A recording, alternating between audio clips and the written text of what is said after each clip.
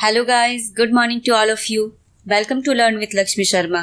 आज है 20 सितंबर 2022 और आज के टॉप 20 करंट अफेयर्स हम इस वीडियो में डिस्कस करेंगे, जिसमें आपको इन क्वेश्चंस के डिटेल्ड एक्सप्लेनेशन के साथ साथ स्टैटिकल करंट अफेयर्स भी कवर कराया जाएगा। और इस वीडियो की पीडीएफ आप इसके डिस्क्रिप्शन लिंक पर जाकर डाउनलोड कर लीजिएगा। ये मेरा टेलीग्राम का चैनल है, आपको इसमें डेली करंट अफेयर्स की पीडीएफ मिलेगी, आप इसे ज्वाइन कर लीजिएगा। और ये मेरा फेसबुक और इंस्टाग्राम का पेज है, आप इसे भी फॉलो कर सकते हो। सो गाइस, चलिए स्टार्ट करते हैं हमारा आज का session. Our first question is, when was international red panda day celebrated? अंतर्राष्ट्रीय लाल पांडा दिवस कब मनाया गया? इसका आंसर है ऑप्शन बी, 17 सितंबर। इंटरनेशनल रेड पांडा डे हर साल सितंबर के थर्ड सैटरडे को सेलिब्रेट किया जाता है और इस बार इसे 17 सितंबर को सेलिब्रेट किया गया। इस डे की एम है रेड पांडा के कंजर्वेशन, उसके संरक्षण के बारे में अवेयर करना। रेड पांडा ये इंडिया के पहाड़ी जंगलों में पाए जाते हैं और ये इंडिया के अलावा कई और देशों में पाए जाते हैं, जिसमें नेपाल, भूटान, उत्तरी म्यांमार और सेंट्रल चाइना शामिल है। और चूंकि इसकी प्रजाति कम है, इसलिए हर साल इसके संरक्षण के लिए international red panda day celebrate किया जाता है और पहली बार इस डे को 2010 में सेलिब्रेट किया गया था। हमारा अगला क्वेश्चन है, Which team won the Durand Cup 2022 title?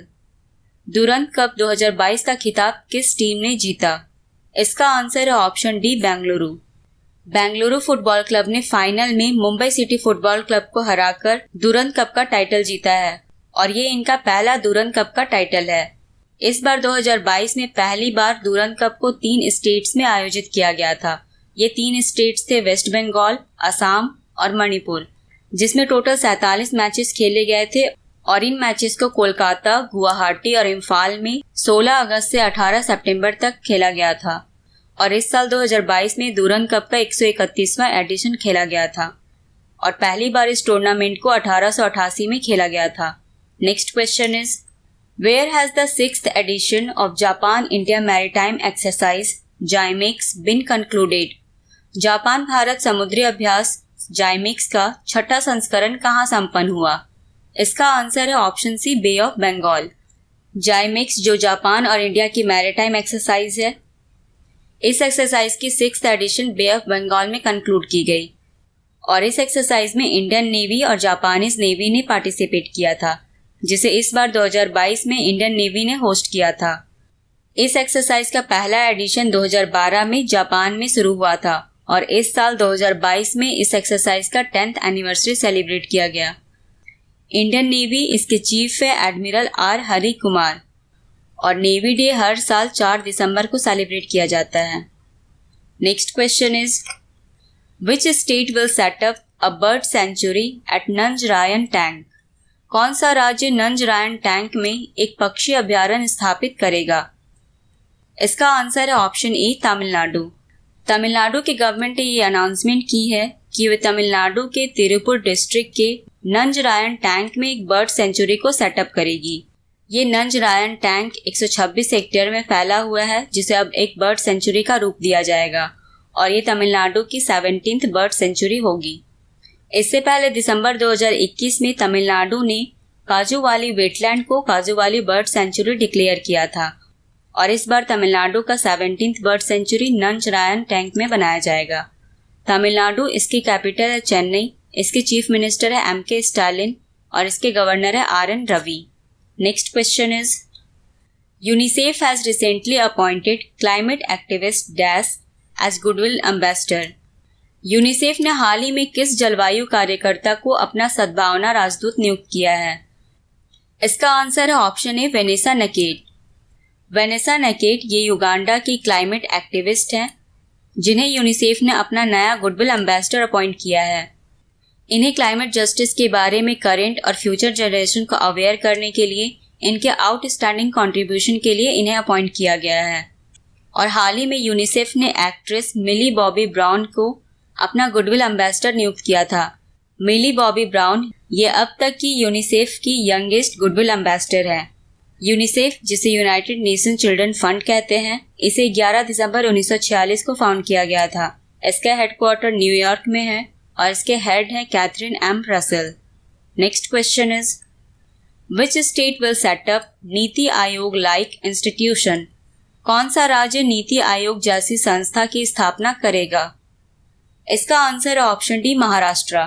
Maharashtra के चीफ मिनिस्टर एकनाथ शिंदे ने एक प्रपोजल को अप्रूव किया है जिसमें महाराष्ट्र में नीति आयोग के जैसा ही एक इंस्टीट्यूशन बनाया जाएगा। ये इंस्टीट्यूशन महाराष्ट्र के वेरियस सेक्टर से रिलेटेड डेटा एनालिसिस के लिए सेटअप किया जाएगा। महाराष्ट्र, इसकी कैपिटल है मुंबई, इसके गवर्नर है भगत सिंह कोश्यारी और इसके चीफ मिनिस्टर है Eknath Shinde. Next question is, where has the Indian navy conducted ENC yachting championship? भारतीय नौसेना ने ENC नौकायान चैंपियनशिप कहाँ आयोजित की है? इसका आंसर है ऑप्शन सी, विशाखापत्तनम। ENC मतलब eastern naval command. Eastern naval command yachting championship Andhra Pradesh के विशाखापत्तनम में आयोजित की गई थी, जिसे Indian navy watermanship training centre ने आयोजित किया था।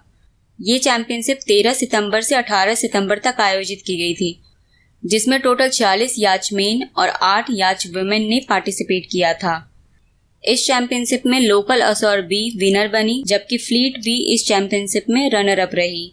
Next question is, which state और UT has been declared India's first Swachh Sujal प्रदेश? किस राज्य या केंद्र शासित प्रदेश को भारत का पहला स्वच्छ सुजल प्रदेश घोषित किया गया है? इसका आंसर है option B, Andaman and Nicobar. Union Jal Shakti minister Gajendra Singh Shekhawat ने अंडमान और निकोबार आइलैंड को इंडिया का पहला स्वच्छ सुजल प्रदेश घोषित किया है। अंडमान एंड निकोबार, जो कि एक यूनियन टेरिटरी है, इसे अब इंडिया का पहला स्वच्छ सुजल प्रदेश घोषित किया गया है। इस आइलैंड के सारे विलेज अब हर घर जल से सर्टिफाइड है और ओपन डिफेकेशन फ्री मतलब शौच मुक्त है, इसलिए इसे स्वच्छ सुजल प्रदेश डिक्लेयर किया गया है। अंडमान एंड निकोबार आइलैंड्स, इसकी कैपिटल है पोर्ट ब्लेयर और इसके लेफ्टिनेंट गवर्नर है एडमिरल DK जोशी।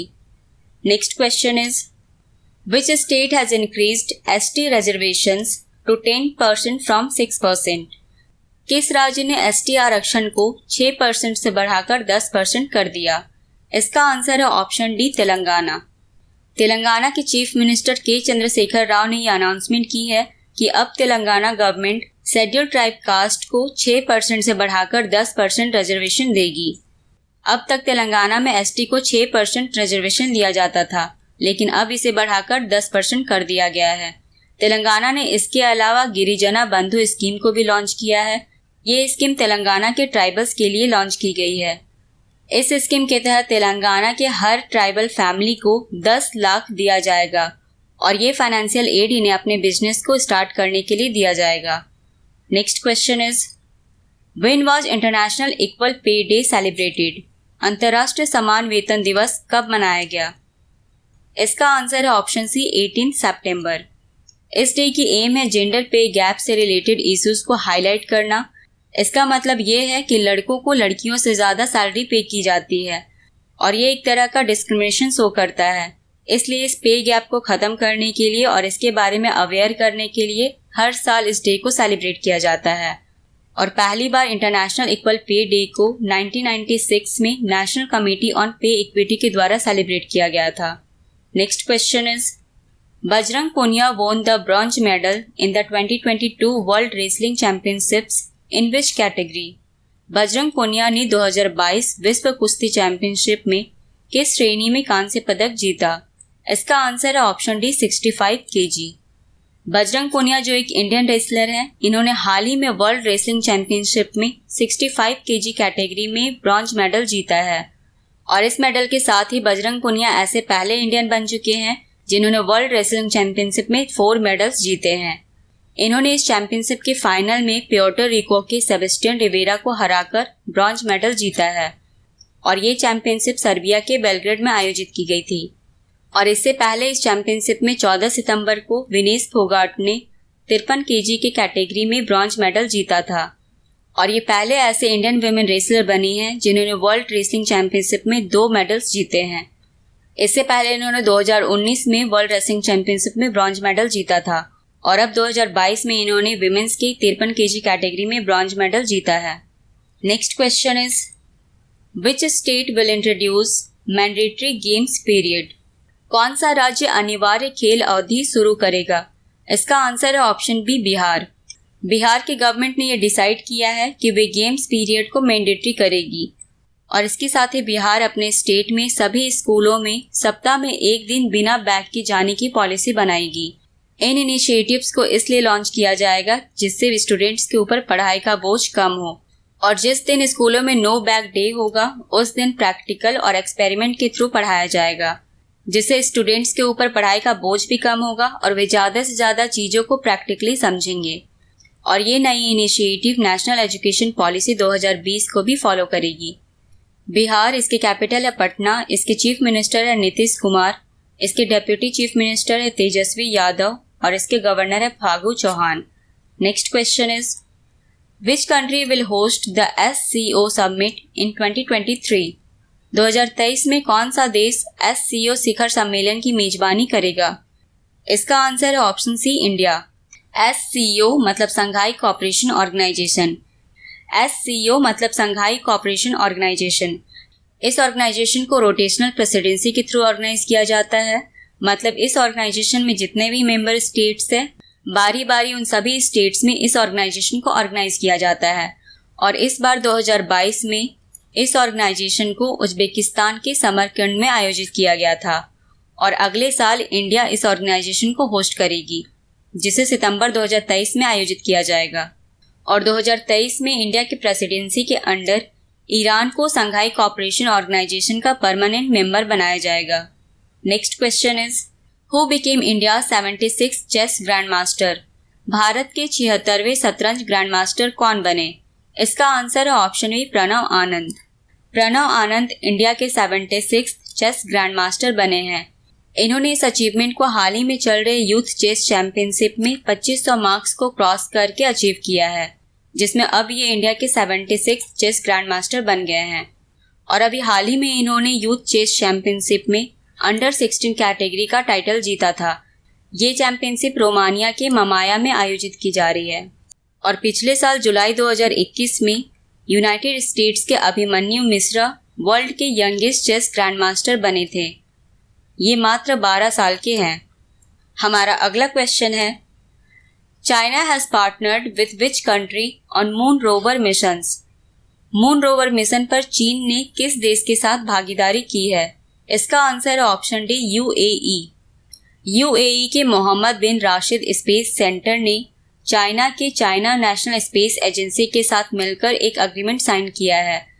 इन दोनों देशों की स्पेस एजेंसी UAE के मून मिशन के लिए मिलकर काम करेगी और ये अग्रीमेंट इन दोनों देशों के बीच पहला स्पेस एग्रीमेंट है। इस प्रोजेक्ट के अंडर UAE राशिद 2 नाम की एक रोवर को डेवलप करेगी और चाइना की स्पेस एजेंसी इस रोवर के लैंडिंग, इसके डाटा ट्रांसमिशन, ऑब्जर्वेशन और कंट्रोल के लिए हेल्प करेगी। चाइना, इसकी कैपिटल है बीजिंग, इसके प्रेसिडेंट है शी जिनपिंग और इसकी करेंसी है रेनमिनबी। और UAE मतलब यूनाइटेड अरब एमिरेट्स, इसकी कैपिटल है अबू धाबी, इसके प्रेसिडेंट है मोहम्मद बिन जायद अल नाहयान और इसकी करेंसी है UAE dirham. Next question is where has the national conference on state tourism ministers begun? राज्य के पर्यटन मंत्रियों का राष्ट्रीय सम्मेलन कहाँ शुरू हुआ है? इसका आंसर है ऑप्शन ए, धर्मशाला। स्टेट टूरिज्म मिनिस्टर के नेशनल कॉन्फ्रेंस को हिमाचल प्रदेश के धर्मशाला में शुरू किया गया है। इस नेशनल कॉन्फ्रेंस को 3 दिन के लिए आयोजित किया जाएगा, जिसमें इंडिया में टूरिज्म को प्रमोट करने के लिए और इस सेक्टर को बढ़ाने के लिए क्या क्या स्टेप्स लेने चाहिए, इस बारे में इस कॉन्फ्रेंस में डिस्कशन किया जाएगा। और इस कॉन्फ्रेंस में सभी मिनिस्टर्स के सजेशन पर एक नेशनल टूरिज्म पॉलिसी को तैयार किया जाएगा। इस टूरिज्म पॉलिसी को बनाने के बाद इसे बजट सेशन में पेश किया जाएगा। हमारा अगला क्वेश्चन है विच पैरा एथलीट वोन अ silver medal in the world para athletics grand prix? विश्व पैरा एथलेटिक्स ग्रैंड प्रिक्स में किस पैरा एथलीट ने रजत पदक जीता? इसका आंसर है ऑप्शन डी, देवेंद्र झाझरिया। देवेंद्र झाझरिया ये एक इंडियन जैवलिन थ्रोवर हैं जिन्होंने world para athletics grand prix में सिल्वर मेडल जीता है। इन्होंने इस चैंपियनशिप में 60.97 मीटर थ्रो किया था, जिसके लिए इन्हें सिल्वर मेडल दिया गया है। और ये world para athletics grand prix championship Morocco में 15 से 17 सितंबर तक आयोजित की गई थी। Next question is which state और UT has declared Maharaja Hari Singh birthday as a public holiday? किस राज्य या केंद्र शासित प्रदेश ने महाराजा हरि सिंह के जन्मदिन को सार्वजनिक अवकाश घोषित किया है? इसका आंसर है option A Jammu and Kashmir. Jammu and Kashmir की गवर्नमेंट ने ये डिसाइड किया है कि महाराजा हरि सिंह की बर्थ एनिवर्सरी जो हर साल 23 सितंबर को सेलिब्रेट की जाती है, इस दिन को जम्मू कश्मीर में as a public holiday declare किया गया है और इसकी अनाउंसमेंट जम्मू कश्मीर के लेफ्टिनेंट गवर्नर मनोज सिन्हा ने किया है। महाराजा हरि सिंह ये जम्मू कश्मीर की रियासत में शासन करने वाले लास्ट राजा थे और इन्होंने 26 अक्टूबर 1947 को जम्मू कश्मीर को इंडिया में शामिल करने के लिए साइन किया था और अब जम्मू कश्मीर की गवर्नमेंट ने इनकी बर्थ एनिवर्सरी पर पब्लिक हॉलीडे डिक्लेयर किया है। Next question is which organisation will deploy the first female camel riding squad along India Pakistan border? कौन सा संगठन भारत पाकिस्तान सीमा पर पहली महिला ऊंट सवारी दस्ते को तैनात करेगा? इसका आंसर है ऑप्शन सी बीएसएफ। बीएसएफ यानी बॉर्डर सिक्योरिटी फोर्स इस ऑर्गेनाइजेशन की पहली फीमेल कैमल राइडिंग स्क्वाड को अब इंडिया पाकिस्तान बॉर्डर के पास तैनात किया जाएगा। ये इंडिया पाकिस्तान बॉर्डर राजस्थान और गुजरात के बीच है, जिसमें बीएसएफ की पहली फीमेल कैमल राइडिंग स्क्वाड को तैनात किया जाएगा। इन फीमेल स्क्वाड को राजस्थान के बीकानेर में ट्रेनिंग दी जाएगी और ये फीमेल स्क्वाड 1 दिसंबर 2022 को बीएसएफ रेजिंग डे परेड पर पहली बार पार्टिसिपेट करेंगी। बीसीएफ इसे 1 दिसंबर 1965 को फाउंड किया गया था। इसका हेडक्वार्टर न्यू दिल्ली में है और इसके डायरेक्टर जनरल है Pankaj Kumar Singh. Next question is name the hackathon that was recently launched by the ICAR to promote speed breeding for crop improvement. फसल सुधार के लिए गति प्रजनन को बढ़ावा देने के लिए हाल ही में ICAR द्वारा शुरू किए गए हैकाथॉन का नाम बताइए। इसका आंसर है ऑप्शन डी कृतज्ञ हैकाथॉन 3.0। ICAR जिसे Indian council of agriculture research कहते हैं, इस ऑर्गेनाइजेशन ने हाल ही में हैकाथॉन 3.0 कृतज्ञ को लॉन्च किया है। ये एक नेशनल लेवल हैकाथॉन है जिसे फसलों को तेजी से उगाने और उसके इम्प्रूवमेंट के लिए लॉन्च किया गया है। इस हैकाथॉन को लॉन्च करने का ये भी मकसद है कि इन फसलों को तेजी से उगाने के लिए नई टेक्नोलॉजी को अडॉप्ट किया जाए और इन टेक्नोलॉजी के बारे में किसानों को अवेयर करे। इस हैकाथॉन के जरिए किसानों को फसलों को तेजी से उगाने के लिए नई टेक्नोलॉजी के बारे में बताया जाएगा और इस हैकाथॉन के लिए रजिस्ट्रेशन 26 सितंबर 2022 तक किया जाएगा, जिसमें किसान इसमें पार्टिसिपेट कर सकते हैं और अपने फसलों के इम्प्रूवमेंट के बारे में इसमें जानकारी ले सकते हैं। कृतज्ञ जिसमें क्री का मतलब है कृषि मतलब एग्रीकल्चर, त का मतलब है तकनीक मतलब टेक्नोलॉजी और ज्ञा का मतलब है ज्ञान मतलब नॉलेज। सो गाइज ये थे आज के टॉप 20 क्वेश्चंस। पिछले वीडियो में मैंने क्वेश्चन पूछा था प्रलय मंडल को किस बैंक का CEO बनाया गया है? इसका आंसर था ऑप्शन डी CSB बैंक।